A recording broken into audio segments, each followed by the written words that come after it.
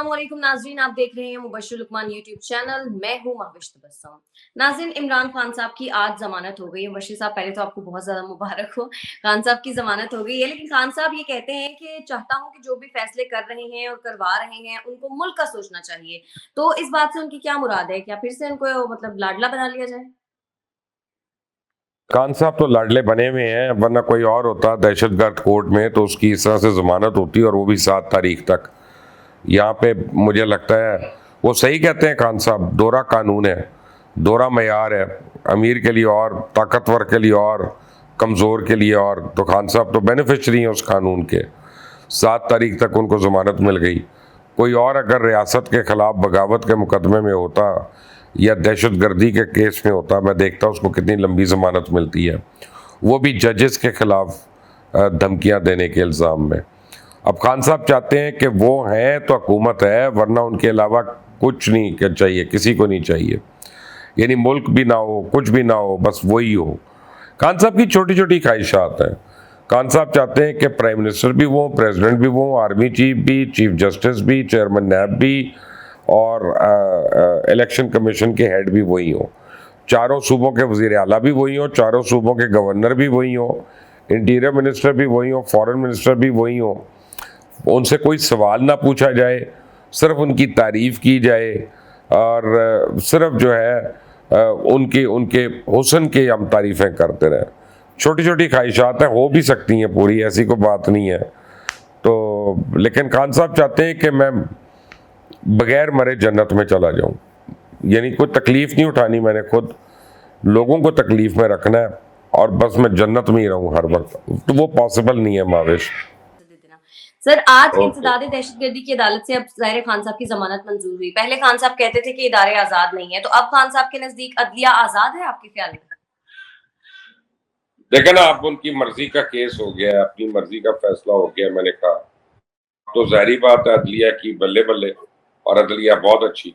और बाहर के लोग जो सवालात उठा रहे हैं, मैंने उनसे पूछना है कि अगर आपके मुल्क में किसी औरत को धमकी दी होती तो आप क्या करते? अगर आपके मुल्क में किसी जज को धमकी दी होती या आपके मुल्क में ऐसी औरत को धमकियां दी होती जो जज भी हो, तो फिर आपका क्या रिएक्शन होता?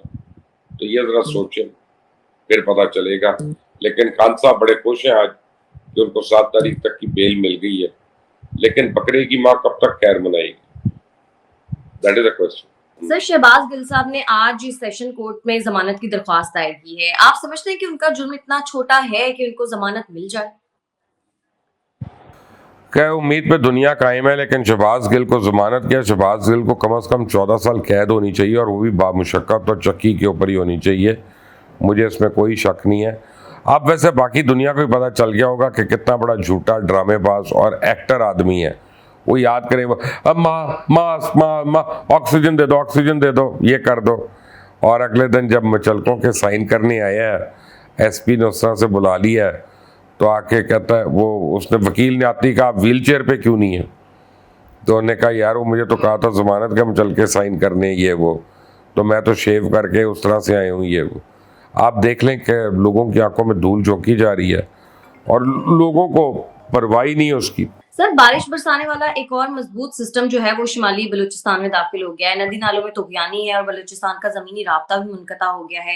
हमारे जो सियासतदान हैं, हमारे जो हुक्मरान हैं, वो सिर्फ और सिर्फ सियासत का सोच रहे हैं। हम कब इन चीजों से बाहर निकलेंगे और अपने लोगों के बारे में सोचेंगे? देखें माविश, हम तो नहीं सोचेंगे, ये लोगों को खुद सोचना पड़ेगा। मैं आपको बहुत दिनों से कह रहा हूँ। आपको मैं एक बात बता दूं कि तकरीबन 900 के करीब अफराद जो है इस सैलाब के हाथों अपनी जान का नजराना दे चुके हैं। अच्छा, आज मैंने बड़ा पता किया उसका, क्योंकि हम इसको फॉलो कर रहा था मैं सैलाब को। तो ज़्यादा डेवस्टेशन जो हुई है वो हुई है बलूचिस्तान में और उसके बाद सिंध में, और पंजाब में जो हुई है वो हुई है राजनपुर, रुझान और डेरा गाजी खान, ये महदूद इलाके में।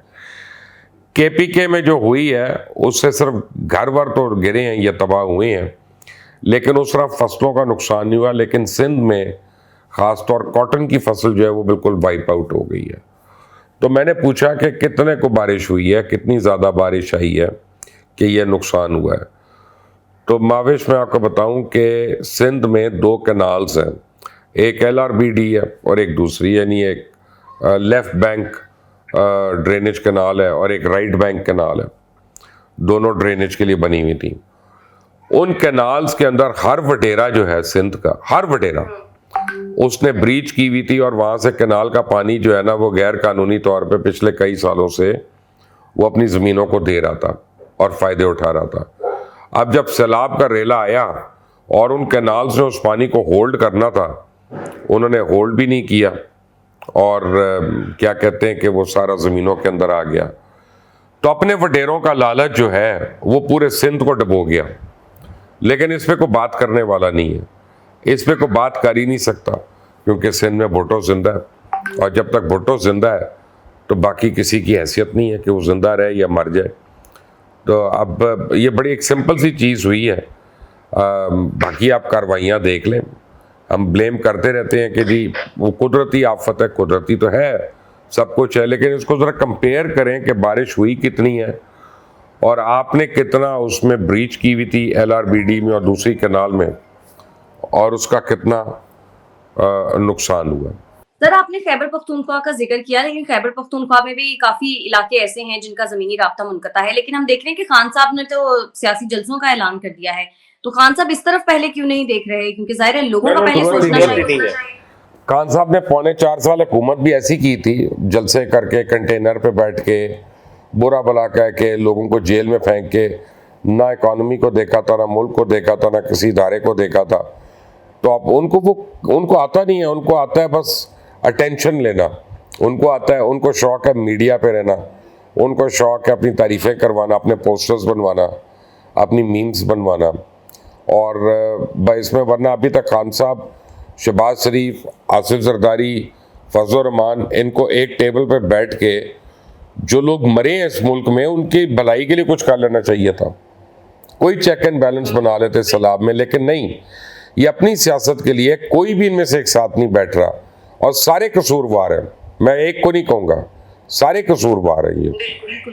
सर, असद उमर ने भी दफा 144 की जो खिलाफ वर्जी है उसमें दर्ज मुकदमे में दरख्वास्त कबल गिरफ्तारी जमा करवा दी है। ये सब डर किस बात से रहे हैं? और डर इसलिए रहे हैं कि पहले तो सिर्फ सॉफ्टवेयर अपडेट होता था, अब तो वो जमील फारूकी कह रहा है जी हार्डवेयर से भी पंगे लिए जा रहे हैं, तो चंडे चुंडे भी पड़ रही हैं। शहबाज गिल भी ये कह रहा है, हालांकि झूठ बोल रहा है, लेकिन बहरहाल डर तो है उनको कि गिरफ्तार हो गए तो जनाब पत्नी एक तो मजाक होगा और दूसरा ये कि अगले दिन जो रोती हुई शक्लें लेकर आना पड़ेगा कोर्ट में, उससे बचना चाह रहे हैं। तो सर एक्टिंग तो करनी पड़ेगी ना। सर, वैसे जमील फारूकी से याद आया कि अब उनका कुछ क्या होगा, कुछ समझ नहीं आ रही, क्योंकि अभी तक तो वो तहवील में ही है। तो वो जवाब में मैं आपको उनकी को 5-6 वीडियोस भेज देता हूँ, वो देख लें, उसके बाद आप खुद फैसला कर लें कि क्या होना चाहिए उनका। सर, वो जहाज वाली वीडियो मैंने देखी थी। वो उसके अलावा भी हैं। सही, अच्छा। एक मैं आपको वीडियो दिखाता हूँ जमील फारूकी की। सर, मुझे सेंड कीजिएगा। मैं नहीं सेंड नहीं, 1 मिनट में अभी दिखा भी सकता हूँ मैं इसमें। असल में कॉपीराइट्स का इशू होता है, वरना मैं दिखा देता। उस पे वो नाम ले लेके एंकर्स का मुर्दाबाद के नारे लगवा रहे हैं। तो अब मैं ये उनके लिए कौन बोलेगा, क्यों बोलेगा?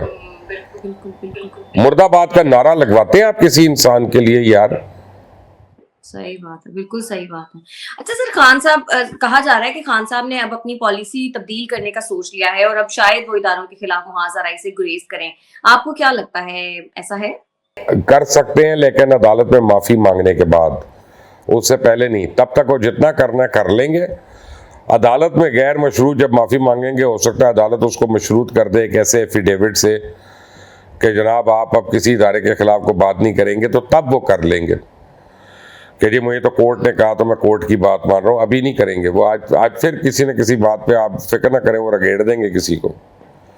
सर, बिल्कुल ऐसा ही है। और वो हामिद मीर के साथ जो उनकी मुलाकात हुई थी, हामिद मीर साहब का, वो मैं पूरा पढ़ रही थी बयान, उसमें वो ये कह रहे थे कि खान साहब शायद इस बात से उनको इस बात का इल्म है कि उनके खिलाफ फैसला आ सकता है। हाँ जी, बिल्कुल है, बिल्कुल है। और हामिद मीर का तो अपना ओपिनियन है, लेकिन मेरा भी ये ख्याल है कि उनको एहसास है, तभी अपना इस तरह वो भड़क भड़क के अपना बातें कर रहे हैं और सारों ने ये एंटी गिरफ्तारी जो है वो बातें करना शुरू कर दी हैं। लेकिन माविश मैं आपको बता दूं, मैं आपको रोज कहता हूं, आज भी मैं आपको आखिर में एक ही बात कह रहा हूं, 903 अफराद जहां बहक हो गए हैं सैलाब में। अगर अभी भी ये सारे सियासतदान इकट्ठे नहीं होते और ये सैलाब ज़दगान की इमदाद के लिए आगे नहीं आते, फंड अनाउंस करना काफ़ी नहीं है, लोगों को नज़र आना चाहिए कि कौन जाके वहाँ पे काम कर रहा है। तो मैं आपको बताऊं, इस मुल्क में फिर हो सकता है सियासत का ही नाम लेने वाला कोई ना हो। बिल्कुल सर, आपके हर दिल अजीज शेख रशीद साहब का बयान सामने आया है। वो ये कहते हैं कि नवाज शरीफ को समझ आ गई है कि शहबाज शरीफ इक़्तिदार के लिए कहां तक जा सकते हैं, किस हद तक जा सकते हैं। इस पर आप क्या कमेंट करेंगे? सॉरी, क्या कहा उन्होंने? सर वो कहते हैं नवाज शरीफ को समझ आ गई है कि शहबाज शरीफ इक़्तिदार के लिए किस हद तक जा सकते हैं। मेरा ख्याल है कि ये तो वो सही कह रहे हैं, नवाज शरीफ को समझ आ गई और नवाज शरीफ और शहबाज शरीफ एक पेज पे नहीं है। और मुझे लग ये रहा है कि हुकूमत बिल्कुल क्लूलेस हो गई है कि उन्होंने हुकूमत कैसे करनी है और क्या करनी है, और आने वाले दिन पाकिस्तान के लिए बड़े मुश्किल है। और सर पेट्रोल की जो कीमत है वो भी बढ़ रही है, फिर से ज़ाहिर है महंगाई का एक नया तूफान आएगा, तो क्या कर रही है हुकूमत, क्या पॉलिसीज है हुकूमत की आवाम के लिए? असल में ये जो पेट्रोल है ना, ये 2 महीने का पिछले महीने लिया था हुकूमत ने, और यानी सारा जो बुक किया हुआ था, तो वो अब यानी ऑफसेट हो रहा है, तो उस कीमत पे करना पड़ रहा है जिसपे लिया था। लेकिन अगले महीने मेरा ख्याल है कि इंटरनेशनली प्राइस कम हो जाएगी। अभी तो $90 की बैरल है ना गालिबन, तो इंटरनेशनली जब कम होती है तो फिर इसमें रिलीफ मिल सकती है। लेकिन हुकूमत क्लूलेस है, उनको नहीं पता उन्होंने क्या करना है।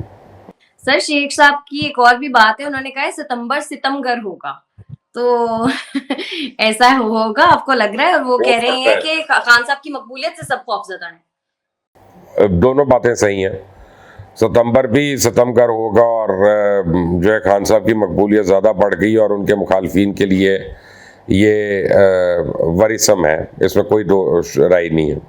सही कह रहे हैं शेख रशीद साहब। सही। नाज़रीन, आज के प्रोग्राम से इतना ही। अगर आपको हमारी वीडियो पसंद आती है तो हमारे चैनल को कर दें लाइक, सब्सक्राइब और शेयर, और अपनी कीमती राय से हमें जरूर आगाह कीजिए। हमें इजाजत दें, अल्लाह ने के बाद।